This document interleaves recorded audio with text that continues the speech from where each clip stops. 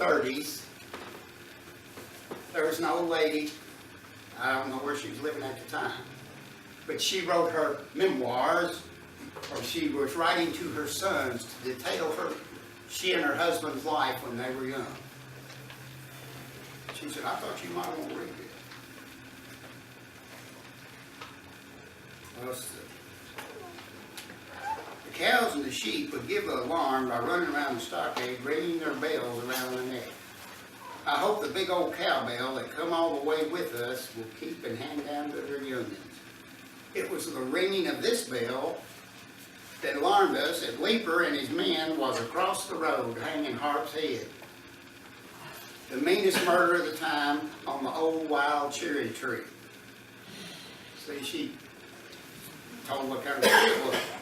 And this is graphic. I wish I could forget that time. I was in the family way with William, one of her sons. And I tried to find William's grave to verify when he would have been born, which should have been 1799. The horror of a man's bleeding head across the road. And remember, it's in August. All the bushes began to die. Such a stink it was. The birds, dogs, and cats and wild animals swarmed in gangs, fighting and screaming. How that old bell did ring. Everybody scared to death. Anyway, after I read that, and there's some more in here, she says that after a little while, Stegall, the man whose wife and baby were killed, would ride down there with a pistol and shoot the skull, shoot the nose off of it, bust it up. Yep, right. And eventually, of course, it was gone. But H.H. was carved on a white oak tree next to it. Okay? Well, I thought, well, you know, it's just like we all say we got a Cherokee grandmother, or we all, you know, you're all kin to somebody. I thought, my dad knew Jesse James, but I feel sure that your great-granddaddy was telling the truth of it.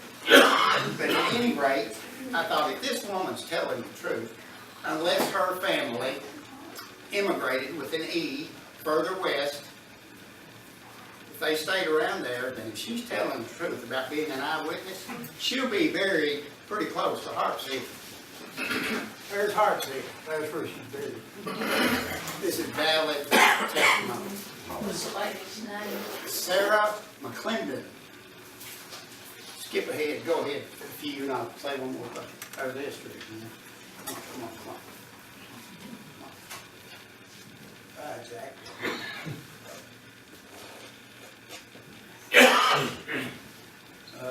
Quote.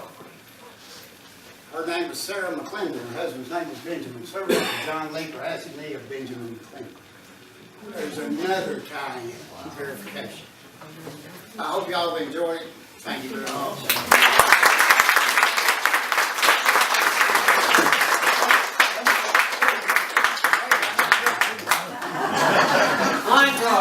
Just a minute. What I want to tell you is I have various source material over here. Please don't take it. I paid money for some of it.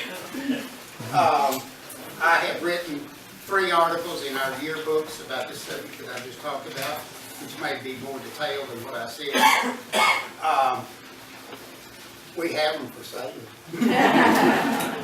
They're up here. I want to thank you very much.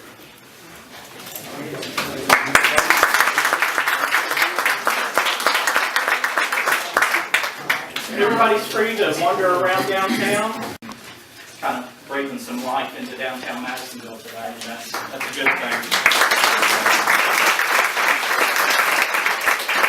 And I also want to recognize Randy T, because this mainly was his idea to do this as a reintroduction of the museum and what we're doing. So Randy, great idea, and I appreciate your involvement. Thank you. With that, I'm going to turn it over to Carl. As I told you in the first session, ask him a lot of questions and make sure he knows what he's talking about. Well, I got news for you. I'm not near as fluent in this murder case as I was what I talked about this morning. In fact, some of you may know more about this case than I do or know as much. So this may not be so much a talk or a lecture as it might be a discussion, okay? And that way, I can keep that little burden off of it. But I do the best I can. I didn't even know about this until last year. I sell monuments, and I'm affiliated with Rose Hill Monuments in Central City. And I've got my cards over there, but I'm not really trying to sell I'm not really trying to sell you a tombstone, but if you want my number, my phone number is on there. Because if you call my phone number in the book, that's just a fax machine. But that's got my cell phone number on there. If anybody wants my email, I'll give it to you, or tell you that's what it is, but it is. And one day when I was in Rose Hill, and I was talking some kind of history, and the people over there their name is Wooldridge, the ones that run Rose Hill, Dwight and Brandon and all of them. And Brandon asked me, he said, "You ever heard of Fitch Orchard Road?" And I said, "No, what are you doing?" So he said something about a banker from Lewisburg and his daughter that were kidnapped and killed. And he said, "Boy, if you get a hold of one of those books, you really have something, because they're hard to find." And I know several of you have one. I didn't have one. One day I was down at the Kathy Pepper bookstore in Hanson, and I happened to look at it. There was a sign, and it said, Fitch Orchard Road.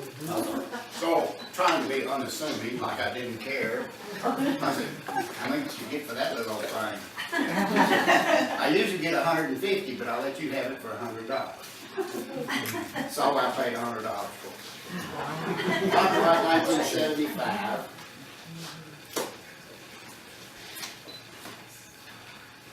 There was a banker named Edgar Harper, some of you know about him, probably more than I do, he wasn't really a retired banker, he was a farmer, but he had 32 oil wells, and something like that puts you on the board of directors of the bank. And somehow or another, the people that were accused in this crime knew that he had these oil wells and thought he must have a lot of money. So that's what Judge Carroll told me yesterday, because he was involved in this case back when he was a deputy sheriff. And he told me things I didn't know. Ed Whitfield, our U.S. representative, was a defense attorney for one of the accused. I'm going to embarrass myself here, but don't call me out on it, because I was with you. When I was a teenager, the place to get your beer was at Leon Brown's in Arlington. Anybody remember that? Go past the KU building and sit down there in the aisle on the left. Let's go to Leon's. That was the thing you did. Leon's in this book. Leon Brown. In fact, he was called as a witness, prosecution witness. But then they didn't ask him any questions. This is the house that Mr. Harper lived in, which is in Lewisburg, Kentucky. If you come from Central City on 431 South, go through Drakesboro, Belton, Browder, and so forth. Eventually, you cross the line into Logan County. You come to Lewisburg before you get to Russellville. That's where this house was. That's where he and his daughter lived. Donna, give me a click. What? Back there. Oh, that house is no longer there. This house is.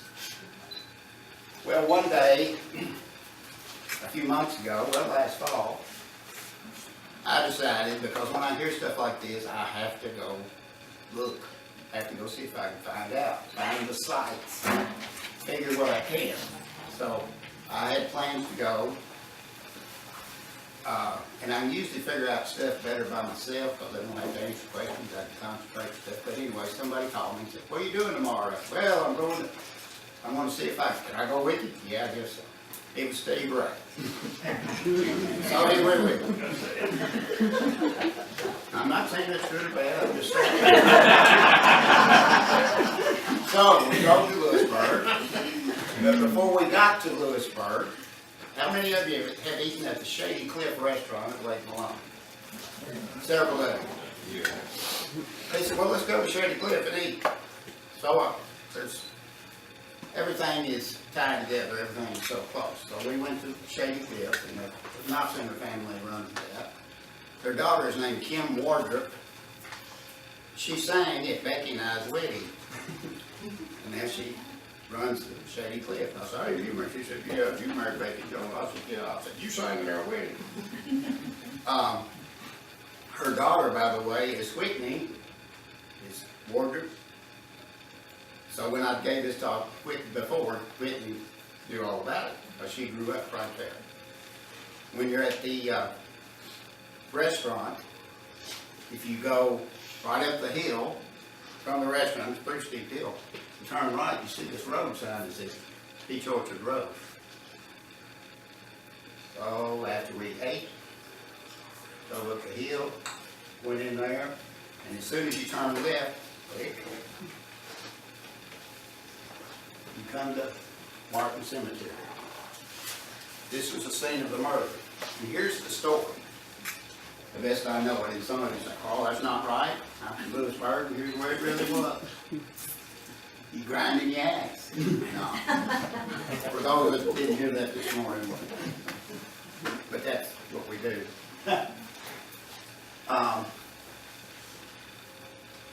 Mr. Harper, who there was people thought had a lot of money because he was on the bank board and figured he could get in the bank anytime he wanted to and all this kind of stuff. Lived in that house. It's on the front of the book, which has been replaced by that house Donna showed you a while ago. And I just finished the book and I had to go see, so here we go. Martin Cemetery, supposed to be where it happened. Well, let's see.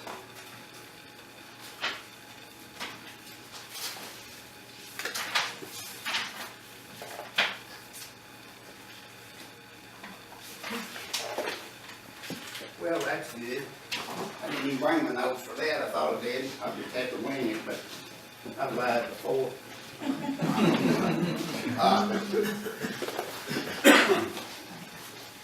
Martin Cemetery. On December 11th, 1965, Mr. Harper was living in that home on the front of the book.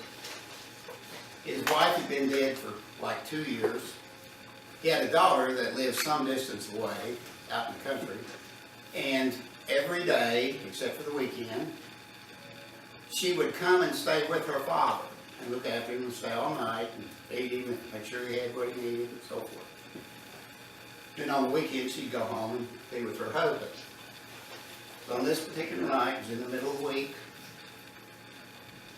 People later said, we seemed like a strange car, there were lights flashing and stuff. The next morning, she was supposed to go, the daughter was supposed to go with her husband to see their son in Bowling Green. So he called her to make sure she was up, ready to go. No answer. So he got concerned and drove to the house. Nobody home. Nobody there. And things looked a little different. Clothes in a few different places. Completely disappeared. Just gone. They looked for him for months. And eventually, a pair of glasses were found. I remember that being on the news. At the cemetery, a pair of glasses were found. Pieces of a pen. And they got suspicious and started asking everybody and asking questions. Couldn't come to any conclusions. Finally, I believe some of you remember Detective Leroy Poole. He was assigned to the case, and they interviewed a young lady. Come in, G, if you want to. They interviewed a young lady from Providence, I believe, or Arlington. Her name was Carolyn Brown Hampton.